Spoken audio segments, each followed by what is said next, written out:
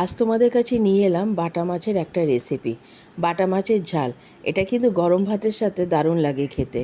প্রথমে আমি প্রায় 10-12টা বাটা মাছ নিয়ে নিলাম। তার মধ্যে সামান্য নুন আর সামান্য হলুদ দিয়ে মাখিয়ে নেব। এরপরে কড়াইতে তেল দিয়ে আমি এক এক করে প্রত্যেকটা বাটা মাছ ভেজে তুলব। কড়াইতে তেলটা যখনই গরম হবে তখন তোমরা মাছগুলোকে একটা একটা করে ভেজে তুলবে। এই মাছের ঝোলটা কিন্তু গরম ভাতের সাথে খেতে দারুণ লাগবে। তোমরা কিন্তু অবশ্যই বাড়িতে একবার ট্রাই করো। এবার তেলটা গরম হলে আমি প্রত্যেকটা মাছ একটা একটা করে ভেজে তুলব। রেসিপিটা কেমন লাগলো তোমরা কিন্তু অবশ্যই আমাকে কমেন্টস করে জানিও। দেখো এবার আমার প্রত্যেকটা মাছ ভাজা হয়ে গেল। এবার কড়াইতে আরও খানিকটা তেল দিয়ে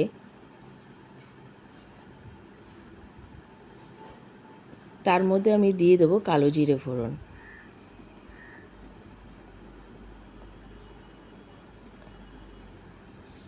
এরপর আমি দিয়ে দেবো একটা বড় সাইজের কুচনো পেঁয়াজ।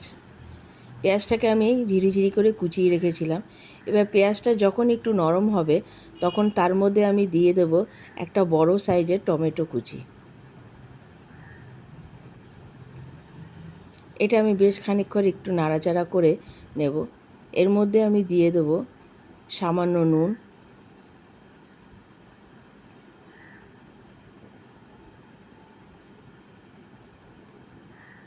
সামান্য হলুদ গুঁড়ো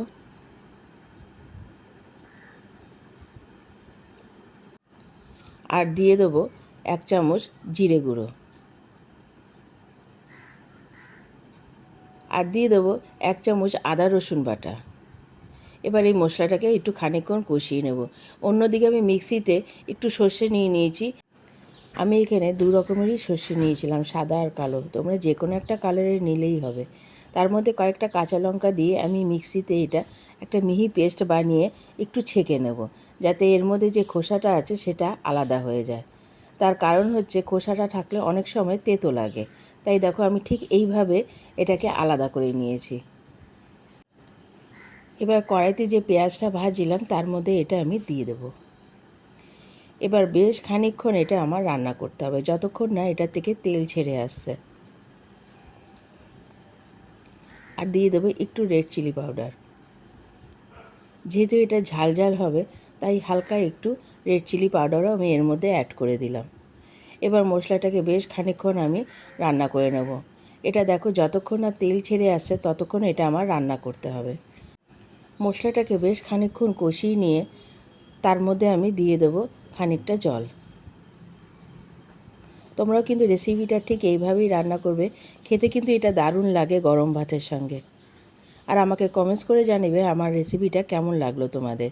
এবার আমি জলটা দেওয়ার পরে এক এক করে সব বাটা মাছগুলো আমি দিয়ে দেবো। এরপরে রান্না করতে কিন্তু এটা আমার বেশি সময় লাগবে না। আমি এটা 10-15 মিনিটের জন্য ঢেকে রাখবো। 10-15 মিনিট হয়ে গেলে এরপরে আমি এর মধ্যে দিয়ে দেবো কিছু কুচনো ধনেপাতা। আমার রেসিপিটা কিন্তু প্রায় কমপ্লিট। তোমরা কিন্তু অবশ্যই একবার বাড়িতে ট্রাই করো আর আমাকে বলবে এটা খেতে কেমন লাগলো।